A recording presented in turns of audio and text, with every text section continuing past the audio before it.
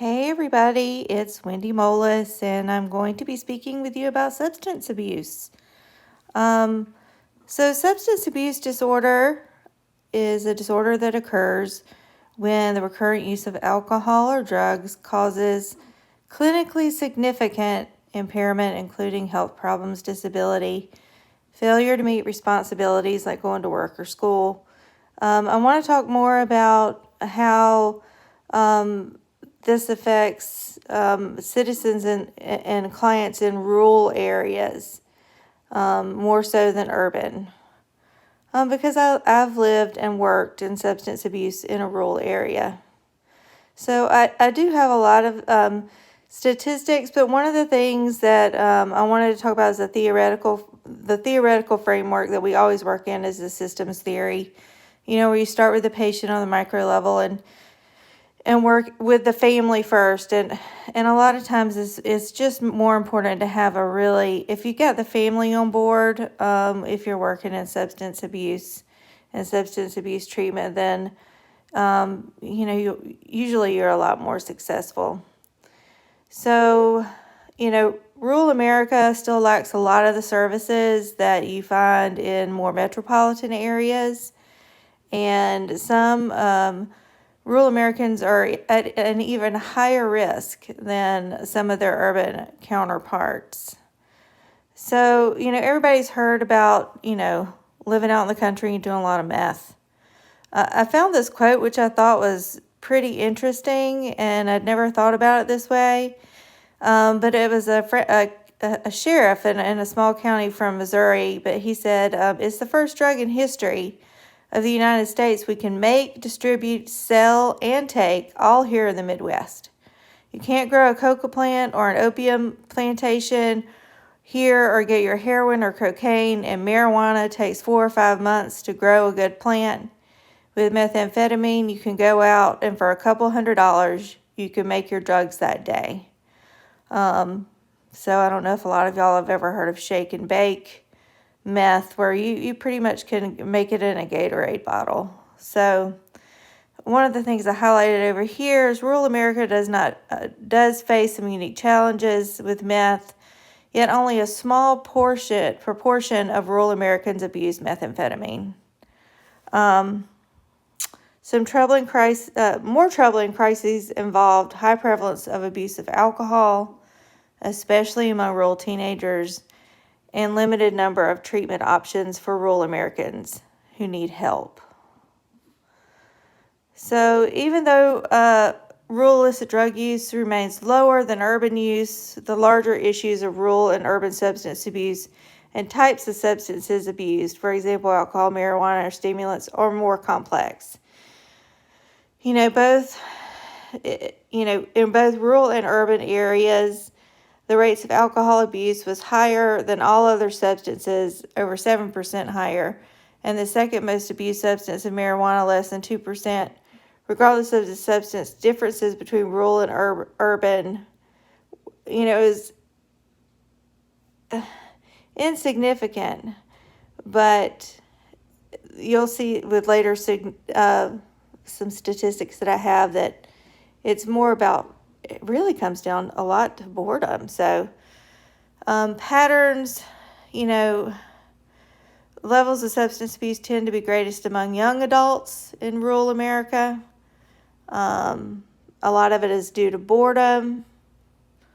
They drink younger, a lot younger. Boys and girls are equally as likely for substance abuse. Women tend to abuse less. There's a considerable sex gap as far as abuse goes, although, and it kind of remains constant. So some interesting things about, age to race here. Patterns of rural substance abuse as far as race goes. Ethnic groups may differ with respect due to, socioeconomic status, sense of community, and family makeup. Only 2% of African American youth qualified for alcohol abuse. Illicit drug use also vary by race. African American and Asian Pacific Islander youth show the lowest rates of drug abuse about 2%. But Native Americans are just genetically predisposed to alcoholism and illicit drug use.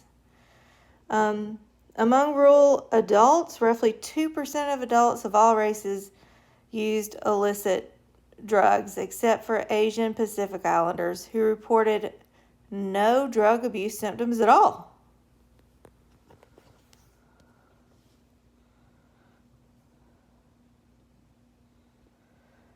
Education levels are not related to rural alcohol abuse. And in contrast, in urban residents, if you don't have a high school education, it seems like you abuse alcohol more. The relationship between income and substance abuse is very complicated. Income is not related to alcohol abuse among rural adults, while high-income rural adults were less likely to abuse illicit drugs. Unemployment, there's a strong relationship between unemployment and substance abuse. So on the SAMHSA website, you can get on the website and look at different places and try to find treatment. And this was, I think, Montana. Was this Montana or no, this was Wyoming. Crazy that if you live in Wyoming, you can see this is hundreds and hundreds of miles between places for you to get treatment. You can do it for every state. And unfortunately, it's not, that they list all substance abuses. It's medication-assisted treatment only. I did Oregon just for a little bit of a ha-ha because Oregon and this election decriminalized drug use. And that's a whole nother topic, which I am pro decriminalizing drug use. But I was just wondering, I put down here, do you think this will increase substance abuse and there will be a greater need for interventions on the part of social workers? So what do y'all think? Is it going to be like the Oregon Trail? Let's go and see crack, my friends. Let's go to Oregon. So policy, one of the policies is the Mental Health Parity and Addiction Equality Act of 2008. Supposedly, this policy said, you can't discriminate under the law. That you have to allow equal treatment for mental health issues, like you would with medical issues. It didn't quite pan out that way. It's not practical. You have somebody that comes in for substance abuse treatment, and take, for instance, the county. I'm currently in Georgia right now, moving out of my old house. But, it costs about $40,000 for just a 4-week inpatient treatment. And most of the time, insurance might pay 10% of that. And they're always going to opt out if it's not medically necessary. If you don't have life-threatening medical needs, alcoholics, you can have seizures coming off of alcohol, and they will pay for that. Benzodiazepines, they will pay for. Other things, they will not. If you're addicted to other substances, opiates, for instance, it's going to be uncomfortable, but it's not going to kill you, and they will not pay for it. So also here, I am in Bullitt County, Georgia. It is the third largest county by landmass. There are 12 detox beds serving this county and 4 surrounding counties. There are never any beds for anybody. And substance abuse is one of those things where you have to hit it right at the right moment. Okay, I've been recording way too long because I'm certainly very passionate about this. So we need changes in policy for sure. And, that's my references. So I'm going to stop recording, and I didn't want to let y'all see me because I've had a really bad allergic reaction, and I have terrible hives. So take care, everybody, and I do apologize that this was not my most creative PowerPoint, but Due to my physical limitations, I'm doing the best I can. Thanks, y'all. Bye.